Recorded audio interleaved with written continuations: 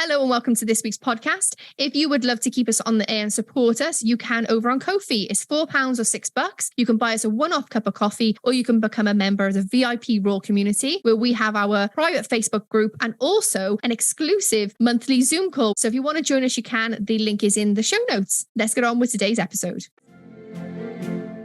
Hello and welcome to this week's episode of Keeping Up with the Windsors. My name's Michelle. And I'm Rachel. And we have a plethora of royal engagements for you this week, royal community, so buckle up. We do, but first, I want to start by saying to you, Shell, happy St. David's Day. Yeah, St. David's Day. And do you know what? I am so bad because usually I have my daffodil on and I don't have it on. I feel like I want to pause the recording right now and go grab it. So that's exactly what I'm going to do. So bear with. I'm back and I've got the daffodil on. She has got a daffodil.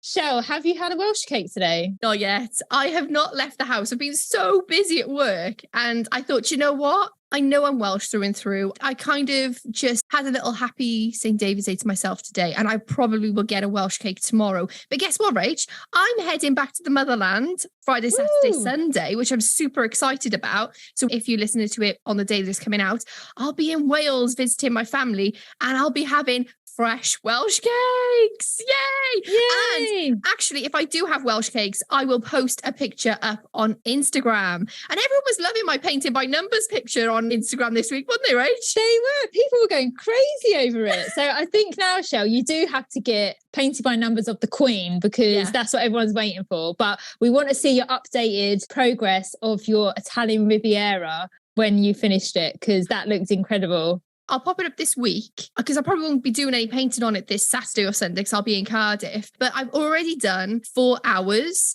and I've got about 2 or 3 more hours left on it. But it's looking really good. I'm really excited to kind of see it in all its glory. There was 12 paints and I've done 9 of them. So I've only got 3 more paints left to go. I'm going to be a bit sad when I finish this one. Oh, it is sad. Royal community, we want to just say thank you to everybody that messages us over on Instagram. And we would like to say to you, if you have a voice note of any of the topics that we discuss in this week's episode, send us a voice note over on Instagram, Keeping Up with the Windsors Pod, as we'd love for you to be part of next week's episode. Absolutely. We love a voice note, royal community, so send them through. We love a voice note. We had a message from Kimberly Ann, and she's from Milwaukee in the US. And she said, my Saturday morning treat, coffee and your podcast. Aww. I am a massive royal family fan and have been my whole life. I have been listening to your podcast since last July, and I'm so grateful you take the time and effort to create this content. Thank you so much because you ladies are the best. Have a great weekend. So nice. We hope you had a good weekend too, Kimberly. Thank you so much for your lovely comments. Also, we have some amazing people who email us every week. Ginny, Lola. We just want to give a massive shout out to everybody and say thank you so much for being part of the Royal community. We had our VIP Royal community Zoom call this week as well, didn't we, Rach? Oh my gosh, that was so fun. Like, this is what happens, Royal community, is we get talking about certain royal stories and then it just goes into other conversations. We were talking about the difference between British bacon and American bacon.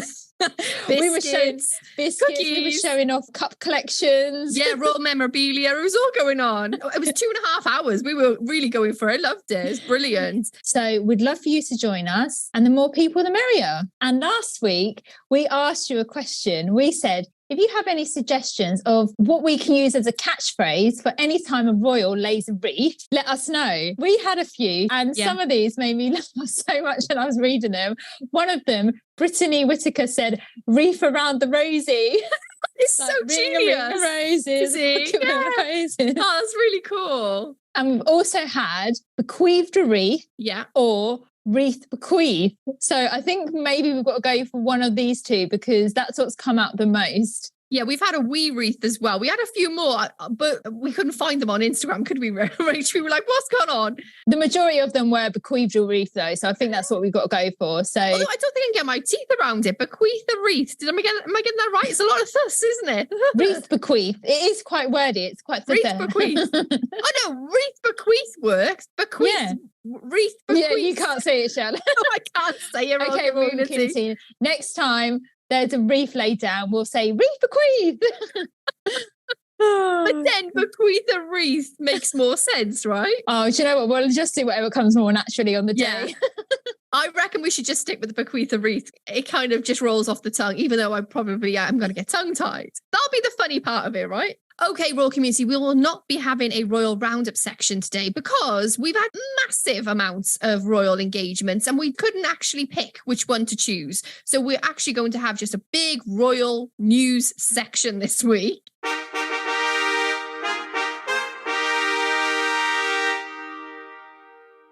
So, Rach, let's start off with the Earl and Countess of Wessex. So they had an under-the-radar international visit this week. Well, last week now, Shell. It was more stealth than under the radar, wasn't it? I tell you. Crawling for information. It was like, come on, tell us. Oh, they need their own social media stat, don't they? It needs to happen. Especially because the engagements they did and the highlighting of the patronages and charities, so important. And again, just like Anne, we didn't really get much. Diddly squat. Diddly squat. No, we didn't get diddly squat. So the Earl and Countess of Wessex visited the Caribbean on a 5-day royal tour for their patronages in the Cayman Islands, Turks and Caicos Islands, and the Bahamas. I mean, I can already smell the sea air. Can you, Rose? I wish I was by the sea right now. Nice warm beach. That'd be lovely. Prince Edward, in a speech at a reception in the Cayman Islands, said, "My wife and I recall with great fondness the warmth of our welcomes to the Cayman Islands in 2019 and how inspiring it was to see at first hand the remarkable development of the territory over the past few decades. The Cayman Islands, like all of our overseas territories, are much loved and integral members of the British family, and I look forward to strengthening yet further our relationship in the years ahead." Here, Edward is what I say. Here. Also, in Turks and Caicos, at the TCI Women's Leadership and Empowerment event, a new youth mentoring scheme was announced named the Wessex Scheme. Now, this encourages businesses and community leaders to mentor young women. How amazing is this, Shell? A great initiative. We've heard time and time again, if you empower women, it really does strengthen the community. And I think mentorship is really good as well, because you feel empowered to do something and then you're getting that guidance as you go along making those decisions. So it's absolutely excellent. In the Bahamas, they attended the Governor General's Youth Awards, which is the Duke of Edinburgh International Awards. And this is what it's known as in the Bahamas, Shell. And I didn't know this fact, actually, Rachel, until we were doing the notes. You mentioned that in the UK, it's the Duke of Edinburgh Awards, right? And then in other parts of the world, it's called the Duke of Edinburgh International Awards. Yep. And in the Bahamas, it's known as the Governor General's Youth Awards. Youth Awards, yeah. I mean, I didn't realise it had so many different titles. Yeah, and as we know, Edward has taken over, hasn't he, from his father in his role as the president. It was great to see him in another country recognising the work that has gone into building the Duke of Edinburgh's International Awards. And we've said it time and time again, it's just one of those schemes that's so imperative to young people. It really gives young people a call in, and you learn a lot from it, don't you, Shell? You do. And we mentioned that it's Prince Philip's legacy, but also it's so far reaching. So it's helping young people get the skills they need all over the world. And I think until Prince Philip passed away, I never ever realized the grand scale of the Duke of Edinburgh Awards. So it's just amazing. And I love the fact that Edward is heading this, and it's going from strength to strength, actually, isn't it? It really is. And Edward and Sophie have done so much over in those Caribbean countries, and we just haven't got the time to talk about it all today, but we recognise that they have achieved so much whilst they've been over there. It's just such a shame that it's just been so poorly covered by the royal socials yet again. We always talk about it, but I think it is time now. How amazing would this have been if they did have their own social media platform to follow them every single day and to find out what they were getting up to and the charities that they were involved with and where they were going and the people that they were meeting? That would have been absolutely incredible. It would have. And they aren't the main principal members of the royal family. So when the other members have big things going on, which they did this week, you know, Sophie and Edward are going to take a back seat. But I just do have high hopes that if/when the Earl and Countess become the Duke and Duchess of Edinburgh, possibly, I think that is when that social media change will happen, when all of that happens. But again, that is just speculation. Let's move on. I tell you what, royal community, grab yourself a cup of tea because we're going to be here for a while. Honestly, we've got so much to talk about. Let's get on to the Queen Consort. She's back, right? Yay! She is back to engagements after a recent bout with COVID. Her Majesty was joined by the King at Clarence House for a reception to celebrate the second anniversary of the book club. Yay! And during this engagement, Rach, I did notice that she was wearing the most amazing Tudor crown brooch. Did you see this brooch? It's beautiful. She's worn it before, hasn't she? She has. I think she was wearing it at the Brick Lane engagement she had a couple of weeks ago. And there was a bit of backlash about this brooch because I'm sure we've said a million times, get your Royal Community bingo card out there. We have a cost of living crisis here in the UK. We say it every podcast. But everyone was saying, there's people here that can't afford to eat. And apparently that brooch is valued at £33,000. Now, my understanding is she's a queen. We're expecting her to wear jewels. We're expecting her to bring out all her finery. If she didn't, then she just wouldn't be royal, right? I was going to say, where's the slack when Queen Elizabeth used to wear the Cullinan 3 and 4 diamonds, I know, right? But then I think, to be honest, and this is another thing that I'm finding recently, especially online, it's so much easier to take a cheap shot at Camilla than it would be for the Queen. So I feel like a lot of people just plow loads of insults onto Charles and Camilla because I don't think they have as much respect for them as they did the Queen. So it's easier to say that. I definitely understand that. But yeah, I'm with you. Like, they're royal. What are they supposed to do? Just not wear jewellery? Like, that's what we want to see. We want to see the beautiful jewels. Get them out. That's what I say. Get them out of the royal vaults. Get them on. Let's go. What I love about this engagement, Rach, is did you see that she met with Charles Mackney, is the guy that does the fox, the mole, the horse, and the foal and the horse, and, that book. And his little dog was in a bag. Did you see that? I posted it on our stories. It was so funny. And there was this one photo and it looked like the dog wanted a sip of Camilla's drink. It was so cute. I was just where's Beth and Bluebell? That's what I wanted to know. Yeah, bring Beth and Bluebell along. But I love the fact that he took his dog. That's such a power move, isn't it? To take your dog to Clarence House. Absolutely love it. I think I might have said at Christmas time, I watched his film, and Royal Community, you just have to see it. It's amazing. Any of the links and charities we mentioned today, as always, we will pop into the show notes. So if you'd like to donate to any charities or find out more information about what we're talking about, they'll always be in the links in the show notes. So the Queen's reading room, the name got changed, didn't it? It did. That was a big deal. This was a big deal. It was because it was the Duchess of Cornwall's reading room. Then when the Queen passed away, it was made into the Royal Reading Room. And then I noticed, I was on Instagram, I was like, oh, when did this change? I actually put it in stories. I was like, is this something that I've missed? Then it said the Queen's reading room, and this is had a whole rebranding. And again, I think we've had so many rumours and people talking behind the scenes about whether the Queen Consort will be known as the Queen Consort for the whole of her reign, or whether she will become the Queen at some point. The fact that we've had that branding speaks volumes, actually. Yeah. I always assumed that she would be the Queen Consort because that's what Her Majesty Queen Elizabeth wrote in that statement before she passed, when she basically said, it's my wish that Camilla be known as the Queen Consort. But then also, when she does become, I know she is, but when she officially becomes the Queen during the coronation, I think from that point on, the branding will change from then. But I found it quite strange to see the Queen and then Camilla connected to that. And I think as well that it's breaking us in gently, isn't it? Because we've known Camilla as the Queen Consort. We said it the other week, we still feel the presence of Queen Elizabeth II. And so to have Camilla just be known as the Queen, we know technically she is the Queen. Yeah, she is the Queen. But I think being that grace period of getting us prepared. And I think once that coronation happens, that's like you said, that's when we'll just know her as the Queen. And then we had this video where she made a speech. And this was so cute because she looked for the King and she turned around and she saw him and she went, Your Majesty, which made me... I just cracked up. It was the way, and he even laughed himself. You can just imagine the banter between them two. Like, they just must have such a great time together. Yeah, definitely. And it was announced that the reading room has been made a charity. Oh, I didn't know this. Yeah, so this means it will be easier and more accessible for readers and authors to connect and give educational and free library content all year round.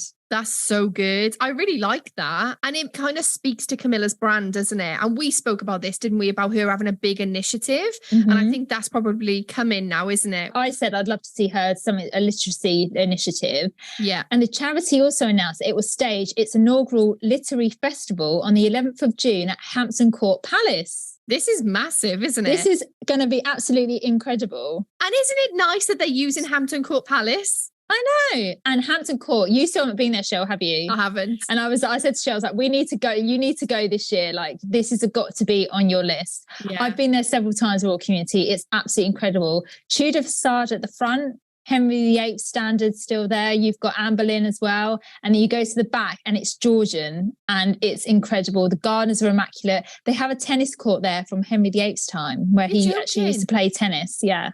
But what was interesting about this is that this will feature literary themed tours, and you'll also be able to hear readings from people such as Dame Judi Dench, Giles Brandreth. Oh, we've heard of him a few times.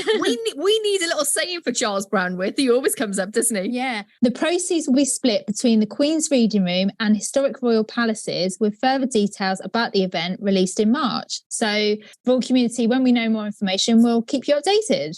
Oh, Royal Community, did you put your ballot in for the coronation? Rachel and I did. Well, I actually did it with 2 days to spare, but our ballots are in. So fingers crossed for everybody for the coronation concert. Yay. Come on.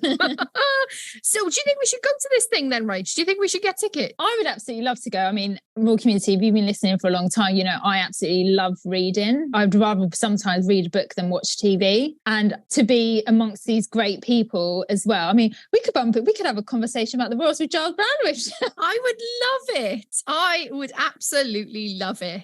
He's got some stories to tell, Giles, that's for sure. He has some stories to tell. Right, let's carry on with the Queen Consort, Rach. What's happening? What else have we got going on? On the same day, the Queen Consort opened the newly renovated Boston Manor, which is celebrating its 400th anniversary. Yes, you heard that right, 400th anniversary.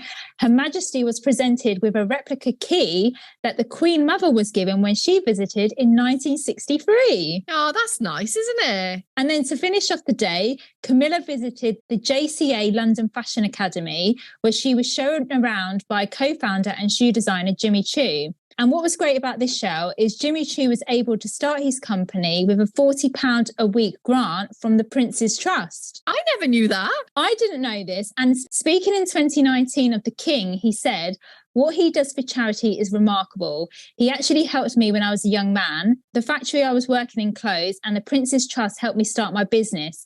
I would probably have been on the dole now had it not been for him." And apparently he refers to Charles as his godbrother. I love this. And when I was researching this, I was like, what? Oh my goodness. This is brilliant, isn't it? But if you do actually look back over the years and you search for Prince Charles and Jimmy Choo, they've been at several events together. Yeah. And it's just amazing that Jimmy Choo is one of the world's most famous shoe designers. And if it wasn't for the Prince's Trust, he wouldn't be anywhere where he is now. One thing I loved about this engagement is one of the students had shoes made out of cactus and also banana peel. The Queen Consort came past and she was fascinated. These shoes were amazing. I think from my understanding, we're in British Fashion Week and the shoes, you can tell they were pieces of art, but I just love the fact they were moving towards more sustainable materials and obviously not using animals so much in fashion. So for me, I was just like, I need a pair of cactus shoes in my life. So Camilla came back with a bang because all that happened in one day. So good for her. 1 day? Yeah. Wow, that is busy. Well, the thing is, she's now got to condense those engagements she possibly had to reschedule from being away from COVID. So that's a busy week. Right, Royal Community, let's move on. We're moving to the Prince of Wales. He went to the Passage charity and opened 2 new accommodation projects, Passage House and Bentley House. Now, this will enable the charity to support around 225 homeless people. William didn't just unveil one plaque. He unveiled 2 plaques. So 2 plaque attacks. And also when he unveiled them, he then went, Da-da. Did you see him do that? I was just laughing so much when he did that. He met Sister Joan, a nun with Daughters of Charity, St. Vincent de Paul, who remembered meeting William when he was 3 years old on a visit with Diana. Oh, these photos were so cute because she was this little lady and he obviously had to bend down and they were holding each other's hands. It was just so adorable. Oh. It must be so bizarre as well that this woman obviously remembers meeting you, but he didn't have a clue who she was. You're like, I'll take your word for it. I was 3 years old. I can't remember you.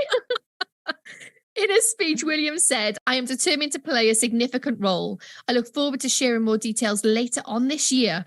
Now, Rach, you did make a prediction, didn't you? I did. And I said that William would possibly do something with the homelessness this year. Will this become a reality? It looks like something's going to be happening. This is amazing, isn't it? Homelessness has always been a deep-rooted issue within his initiatives. Because can you remember when he turned 14, he did that big issue front cover? Yeah, it makes complete sense. Then we're going to move on to some sports because on Saturday, William and Catherine attended the England versus Wales Six Nations rugby match. This is a pretty big deal here in the UK royal community. I'm sad to say Wales did lose. William is patron of Welsh rugby and Catherine is patron of English rugby. So before the match, they met injured players who are supported by the Welsh Rugby Charitable Trust. And we spotted some Welsh cakes. Did you see them? I actually messaged Rachel. I was like, did you see the Welsh cakes in the picture? They're right there. They spoke with the kids and said George is now learning to tackle and that they are trying to teach him the rules. And also Charlotte likes playing the sport. And we've heard that a lot, haven't we? She's very sporty, like mother, like daughter. They sang both the English and the Welsh national anthems. And I think this was because, do you remember William was criticised a few months back for not supporting Wales in the Football World Cup? I think that was me that was criticising him, if you remember rightly. I had the right go at him. And also they sat with the Welsh supporters. So it would have looked odd, them not singing the Welsh national anthem, especially since they now hold the Prince and Princess of Wales titles. It was in Cardiff as well, wasn't it? So I think, to be honest, there's going to be a real initiation phase for the Prince and Princess of Wales into Wales. We're going to talk about St. David's Day with them in a second. But as a Welsh person, it's still weird to see Catherine and William as the Prince and Princess of Wales for me. And that isn't because I don't respect them or I don't want them as that. It's just a strange thing. In the nicest way, I really supported them when they became the Prince and Princess of Wales. But actually, in what has happened and the way in which they've been initiated into that role, I've not really connected with them. I think in 5 years' time, I'll really embrace it. But right now, I'm like, nah, you're just an English guy trying to be Welsh. It doesn't work. I hate to say that because it's St. David's Day and everything. And I love both of them. But for me, it's not connecting with me as a Welsh person. I know the Welsh people may feel completely differently, but I don't know. William and Catherine visited Brunelwell Rehabilitation Centre to mark their charitable foundation's new collaboration. And then on their socials, Rach, this is what one of the posts said, exciting news.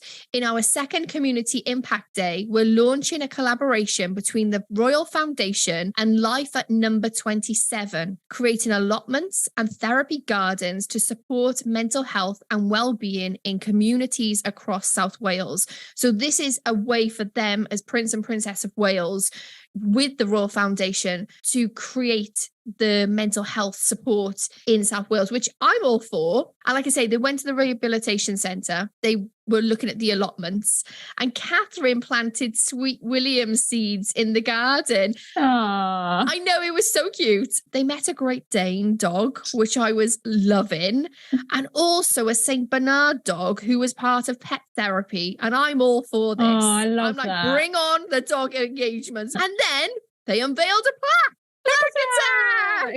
We got a lot of plaque attacks in this one. We also found out that William has now become the patron of Welsh Air Ambulance Charity, which, to be honest, is no surprise. It makes complete sense. Yeah, because as we know, he was an air ambulance pilot for many years, wasn't he? Yeah, he was. And then we saw William and Catherine at Aberavon Leisure Centre. Right. Did you see this engagement? I did see this. They were on spin bikes, having a race. And I don't know whether you heard this. Catherine asked the fitness instructor, can I make it harder? William was like, what do you mean make it harder? And honestly, they just went for it, didn't they? And guess who won? Because you know they're so competitive. Catherine won a gold cup. But I mean, come on, you're having a spin class and all of a sudden the Prince and Princess of Wales come in. Well, to be fair, I think with that physique, with those legs, Catherine does Peloton. She must do. The way she knew exactly where to pull up to make it harder, you can tell she has her own Peloton bike. Oh, of course. What I absolutely loved about this is how unrelenting William and Catherine were. They just went for it. And then afterwards, they didn't have a bead of sweat on them. What was going on? And also, Catherine did the Peloton in a skirt and heels. And then did you hear at the end, William said, I think I split my pants. I was thinking, oh my God, can you actually imagine if he stood up and his trousers are split at the back? They weren't. But could you imagine like the front pages the next day? Future king, ass on display. Had a splitting good time. They'd have to go around with a bouquet of flowers behind him constantly. At the leisure centre, they learned about sports and fitness and how that supports mental health. So you can see that, you know, most of their engagements within South Wales had that mental health initiative behind it. And then today, we're recording this on Wednesday, the 1st of March, we saw the Prince and Princess of Wales visiting Combermere Barracks during St. David's Day Parade, where William gave a speech as the new Colonel of the Welsh Guards. The 5th Royal Australian Regiment was also in attendance, and William and Catherine spoke to them about their role in training the Ukrainian armed forces in the UK. Now, this is something that we actually mentioned last episode because King Charles went to the barracks, didn't he, and actually met some of the Ukrainian soldiers who were coming over and getting trained. But also, during this engagement, there was a little boy called Thomas Lucas. And he was doing some gymnastics. And I'm not kidding. This little boy is really, really good. And Catherine was like super impressed. She goes, I was super impressed by your gymnastics. It takes a lot of courage to do that in front of everybody. He was doing some backflips. Then he said that he learned how to do it off of YouTube. I mean, YouTube for the win. That's what I say. YouTube for the win. YouTube for the win. I've loved seeing William and Catherine this week because there's some weeks where we only get to see them on 1 and 2 engagements. This week, we've seen them on Tuesday, on Wednesday, and they've got an engagement with some European royals tomorrow. We're going to move over to the king now. And I want to start with this, which I was super excited to find out, Rach. The 700-year-old coronation chair is being prepared now, ready for the king's coronation in May. I mean, that is exciting, but that's not the most exciting bit. You can actually go and visit the Westminster Abbey conservators as they're carrying out this work. If you go to Westminster Abbey in the next couple of weeks, they'll be there mostly on Mondays and Tuesdays. So if you're coming over to Britain right now, if you're visiting London, head to Westminster Abbey on those days. You can actually see them working on the coronation chair. It's a big deal. Wow. 700-year-old chair. Edward the Confessor's chair, isn't it? Yeah. When you do the Westminster Abbey tour, it's made such a big deal of. You look at it and you go, right, okay, it's very weathered. You know what I mean by that? Like, the royal community is 700 years old. But actually the significance of it and the historical connection to our British history is massive. So we also saw the king this week speaking out against the war in Ukraine 1 year on from when the conflict started. And he said, it has now been a year that the people of Ukraine have suffered unimaginably from an unprovoked full-scale attack on their nation.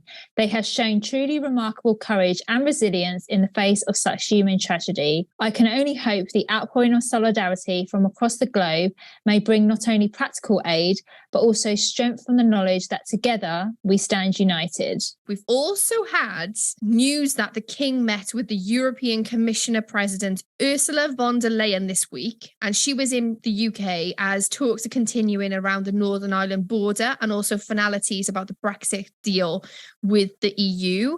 We try not to be political here on the podcast, but the reason we want to bring these 2 points out is because a lot of people have asked us, what is the big deal? Yeah. And I think we need to have this conversation, Rach. Should the king be involved in politics? Now, my first thought, as soon as I read that statement about the Ukraine, I think this was too political. We see the solidarity with the royal family and supporting Ukraine, but this is a very highly charged political moment in our world history. And I think this statement isn't king-like for me. I think it's too political. when the king was meeting the European Commission president, that it was on the government's advice that he met with her, and it was not a personal choice. It seemed like Charles was wading into politics when, as the monarch, as the head of state, he's meant to remain politically neutral. They do have opinions, but they're not meant to publicly say what those opinions are, because then it could be seen that you're trying to sway the people into your way of thinking. You know, the Queen always bordered on that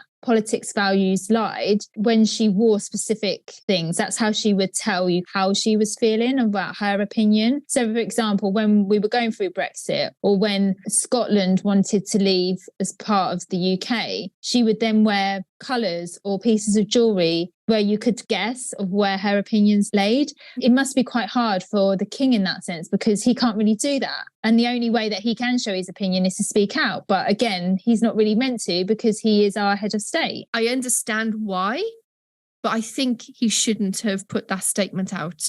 Where'd you draw the line? I think, though, if you are the monarch, there must be certain points where you've got to stand up for what is right. I don't think you can in that role, though, Rachel. I think this is why I find it hard. As a Prince of Wales, he was able to have an opinion. As king, it's a completely different story. And actually, during his speech when he became king, he actually said that, didn't he? That I have to push aside everything that I believe in. I just feel like this was a little bit out of the remit of what I expect in a monarch, but I completely understand why he did it. Royal community, come over to Instagram, leave us a voice note about what you think. Do you think the king is starting to become too political?